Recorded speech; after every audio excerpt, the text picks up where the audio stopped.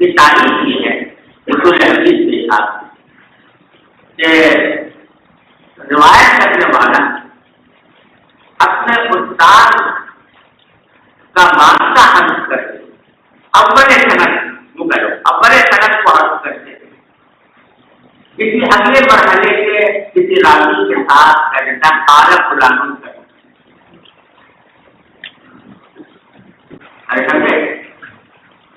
کیا کیا؟ اول سند کو حذف کر دیا. اول سند سے بڑا اپنے استاد کو حذف کر دیا اور آگے کے کسی استاد کی طرف منسوخ کر کے کہہ دیا قال فلان کرنا. اس کو کہتے ہیں تاریخ. اب یہ تاریخ بعض اوقات اس طرح ہوتی ہے کہ ساری سند اول سند سے لے کر آخر تک ساری سند حذف کر دی اور آخر میں کہتے قال رسول اللہ صلی اللہ علیہ وسلم. حضور نے ایسا فرمایا سند کوئی بیان نہیں اول سے لے کر آخر. یہ بھی تاریخ. یا کسی صحابی کی طرح منسوخ کر دیا قال عبداللہ بن عمر کا. یا کسی تابعی کی طرف منسوخ کر دیا قال محمد کو سیرین صدا. یہ سب کیا ہے؟ تعلیمات. اور بعض اوقات ایسا ہوتا ہے کہ اول سند کو تو حذف کر دیا لیکن اس کے بعد کی سند رسول کریم صلی اللہ علیہ وسلم تک پوری بیان کر. مثلا صرف اپنے استاد کا نام حذف کر دیا اور استاد کے بارے میں کہہ دیا قال فلان صدا حدثنا فلان یہاں تک کہ رسول اللہ صلی اللہ علیہ وسلم. یہ بھی تھا. ارے سمجھو اس کا مطلب کیا نکلا کہ بعض اوقات تاریخ میں سند بالکل ہر بول دیے. بعض اوقات سند کا کچھ حصہ جو اول سند کا کچھ حصہ ہوتا ہے کافی موجود ہوتی ہے. سمجھ گئے؟ اس کو کیا کہتے ہیں؟ تاریخ. سمجھ گئے اس کو تاریخ. امام بخاری رحمہ اللہ تراجم ابواب میں تعلیقات کو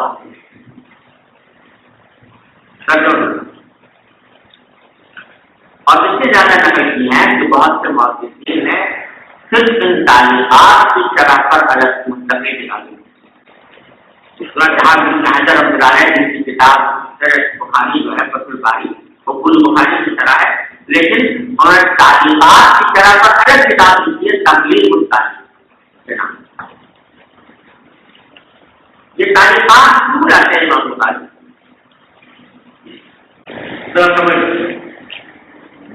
تعلیمات اس لیے لاتے ہیں عام طور کہ جیسا میں نے ابھی عرض کیا امام بخاری کا مقصود جہاں حدیث کا روایت کرنا ہے وہاں ساتھ ساتھ احکام کا استنباط بھی ان کا مقصود. اب اگر وہ اس کے حکم سے استنباط کی خاطر کوئی حدیث لانا چاہتے ہیں جو بتانے کے لیے کہ فلاں حدیث کے بھی جو مسئلہ مستمت ہو رہا ہے وہ چاہے حدیث مرفوع ہو یا حدیث موقوف ہو یا مقطوع، لیکن کسی وجہ سے اس حدیث کو وہ سند کے ساتھ نہیں لا سکتے، مستند نہیں لا سکتے. کیوں نہیں لا سکتے؟ یا تو اس وجہ سے نہیں لا سکتے کہ وہ ان کی شرائط کے مطابق نہیں. مطلب صحیح تو ہے لیکن ان کی شرائط کے مطابق نہیں. یا صحیح نہیں ہے حسن ہے، حسن ہونے کی وجہ سے قابل استدلال تو ہے. آپ کی بات پڑھی ہوگی کہ استدلال حسن حدیث سے بھی استدلال ممکن ہے، لیکن یا جماعت کیا ہے کہ اس کتاب میں صرف صحیح حدیث لاؤں گا، صحیح سے نیچے درجے کی کوئی حدیث نہیں لاؤں گا.